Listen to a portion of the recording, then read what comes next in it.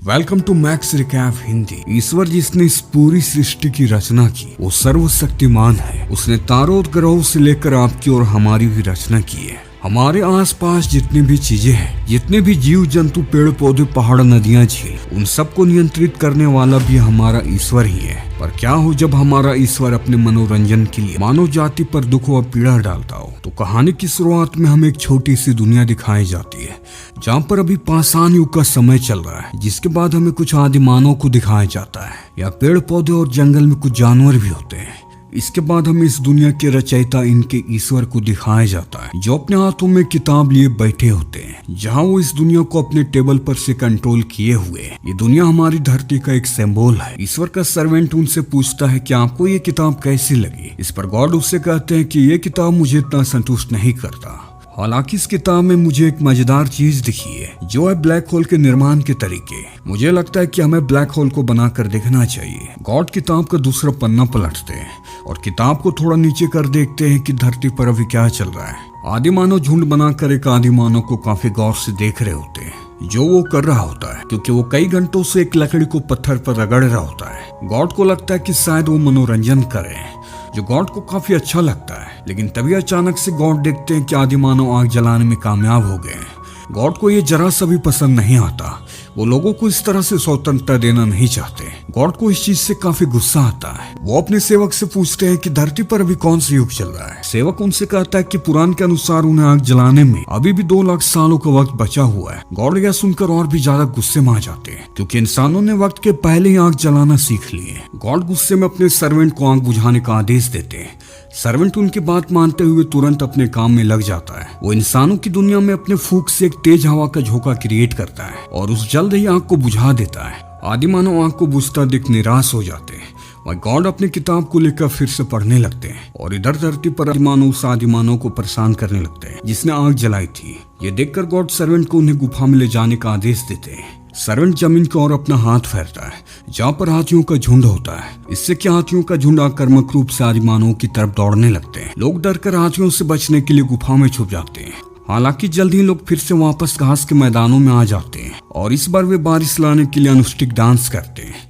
उन्हें नाश्ता दे गॉड कहते हैं कि इस बार इन्हें क्या हुआ है, वो इस तरह से क्यों कर रहे हैं, उन्हें क्या पसंद नहीं आया। इस पर सर्वेंट गॉड से कहता है कि हम इस बार धरती पर अकाल के समय को बंद करना भूल गए हैं, जिस वजह से धरती पर चारों तरफ सूखा अकाल पड़ चुका है। लोग, जीव जंतु, पेड़ पौधे सभी मर रहे हैं। ये सुनकर गॉड तुरंत धरती पर पानी देने की अनुमति देते हैं। गॉड के इस फैसले से सर्वेंट आश्चर्य होकर मुस्कुराता है कि गॉड कितने दयालु हैं। फिर वो धरती पर पानी की स्प्रे करता है, जिससे कि आदिमानवों के बीच खुशी का माहौल हो जाता है, क्योंकि कई सालों बाद धरती पर बारिश हुई है। सभी लोग आसमान की ओर हाथ उठाकर नाचने लगते हैं। वो बारिश का आनंद लेते हैं, जबकि गॉड उन्हें देखकर हंस रहे होते हैं। वो लोगों के मनोरंजन व्यवहार का मजाक उड़ा रहे होते हैं। गॉड सर्वेंट को थोड़ा और स्प्रे करने को कहते हैं, ताकि वो लोगों के मनोरंजन का मजा ले सके। अब मन भर जाने के बाद गॉड अपनी किताब को लेकर अपने सर्वेंट को धरती पर प्लेग वायरस फैलाने का आदेश देते हैं। सर्वेंट गॉड के इस फैसले से हैरान हो जाता है कि गॉड ने इतनी जल्दी अपना मूड इस तरह से बदल लिया। इस बार सर्वेंट ऐसा करने में थोड़ा बुरा फील करता है, क्योंकि उससे भी लोगों के नए नए मनोरंजन व्यवहार को देखकर अच्छा लग रहा था। पर ना चाहते हुए भी उसे गॉड की बात माननी पड़ती है। वहाँ पर रखे एक प्राचीन बॉक्स में से एक शीशी को निकालता है और उस वायरस को धरती पर फैला देता है। लोग तुरंत गिरने तड़पने लगते हैं। गॉड कुछ सेकंड के लिए उनकी पीड़ा को देखते हैं और फिर से किताब पढ़ने लग जाते हैं। समय गुजरता है और आदिमानव के जगह अब उस जगह पर हमें आधुनिक लंदन को दिखाया जाता है, जहाँ पर कई स्काई क्रीपर्स बिल्डिंग्स है। इंसान काफी एडवांस हो चुके हैं। वहीं गॉड टेबल के पास बैठे ये सब देख रहे होते हैं। सर्वेंट गॉड के लिए लूसीफर की सबसे बेहतरीन शराब में से एक बोतल लाता है और साथ ही एक डेविल लेटर भी, जिसमें यह बताया गया होता है कि चीजों को कैसे बनाया जाए। लेकिन तभी गॉड का ध्यान लंदन के एक सबसे ऊंची बिल्डिंग पर जाती है। सर्वेंट बताता है कि ये असली टावर है। गॉड अपनी आंखों को मलते हैं और फिर से उस बिल्डिंग को देखते हैं। गॉड वहां के बिल्डिंग्स में से एक बिल्डिंग में आग लगाने का आदेश देते हैं, क्योंकि वो जानना चाहते हैं कि आग लगने के बाद इंसान क्या करते हैं। सर्वेंट अपनी जेब से एक माचिस की डिब्बी निकालता है और माचिस की तिल्ली को जलाकर एक बिल्डिंग के ऊपर फेंक देता है और देखते ही देखते उस बिल्डिंग में आग लग जाती है। चारों तरफ बिल्डिंग में अफरा तफरी का माहौल होता है। लोग अपनी जान बचाने के लिए छत पर आ जाते हैं और तभी गॉड एक फूंक मारते हैं, जिससे कि आग और भी ज्यादा फैल जाती है। वो उनकी दहशत का नकल करते हैं। वहीं शहर में आग बुझाने और लोगों को बचाने के लिए फायर ट्रक, पुलिस और कई सारे एम्बुलेंस की गाड़ियां आनी शुरू हो जाती है। गॉड सर्वेंट से पूछते हैं कि बिल्डिंग पर जो लोग हैं वो अभी क्या सोच रहे होंगे। सर्वेंट कहता है कि लोग अभी अपनी फैमिली के बारे में सोच रहे हैं और उम्मीद कर रहे हैं कि कोई उन्हें बचा ले। गॉड सर्वेंट को इसमें ट्विस्ट लाने को कहते हैं। सर्वेंट को लगता है कि वो बाउंडर की बात कर रहे हैं, इस पर गॉड कहते हैं कि हाँ यही तो चाहिए, पर सर्वेंट कहता है कि इस तरह के शहर में बाउंडर लाना प्राकृतिक के खिलाफ है। गॉड नोट करते हैं कि मानव अब भी धरती पर ही सीमित है। उन्हें ये भी नहीं पता कि स्पेस में और भी ब्रह्मांड है जिसमें कई तारे, ग्रह और ब्लैक होल है। उन्हें लोगों के ऊपर गुस्सा आता है। वो लोगों को तुच्छ नमूने कहते हैं और उनकी शिकायत करते हैं क्योंकि वे अब तक स्पेस में अन्य ब्रह्मांड भी ढूंढ नहीं सके, जिससे मैंने अपने मनोरंजन के लिए सैटरडे रात को बनाया था।